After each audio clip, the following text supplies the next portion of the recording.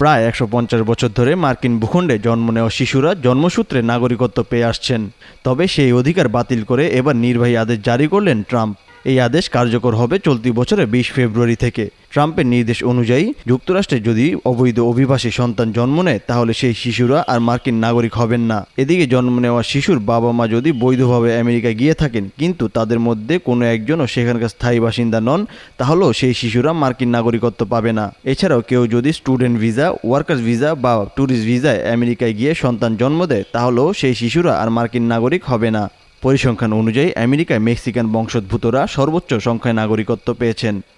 আর এখন সেই তালিকায় দ্বিতীয় অবস্থানে আছেন ভারতীয় বংশোদ্ভূতরা। ২০২২ সালে আমেরিকায় ৬৫,৯৬০ জন ভারতীয় বংশোদ্ভূতরা মার্কিন নাগরিকত্ব পেয়েছিলেন। আর ২০২৩ সালের হিসাবে ভারতে জন্ম নেওয়া মোট ২,৮,৩১,৩৩০ জন মার্কিন নাগরিকত্ব পেয়েছেন। অন্যদিকে মেক্সিকোতে জন্ম নেওয়া ১৯ কোটির বেশি মানুষ আজ পর্যন্ত মার্কিন নাগরিকত্ব পেয়েছেন। আর এই তালিকায় তৃতীয় স্থানে আছে চীন। সেই দেশে জন্ম নেওয়া ২,২,০০,০০০ মানুষ অতীতে মার্কিন নাগরিকত্ব পেয়েছেন। ৩৩ কোটির বেশি জনসংখ্যা আছে মার্কিন যুক্তরাষ্ট্রে। আর এর মধ্যে ৪৯% মার্কিন নাগরিক নেটিভ, বাকিরা বিভিন্ন সময় ইমিগ্রেন্ট বা ইমিগ্রেন্ট পরিবারে জন্ম নেওয়া।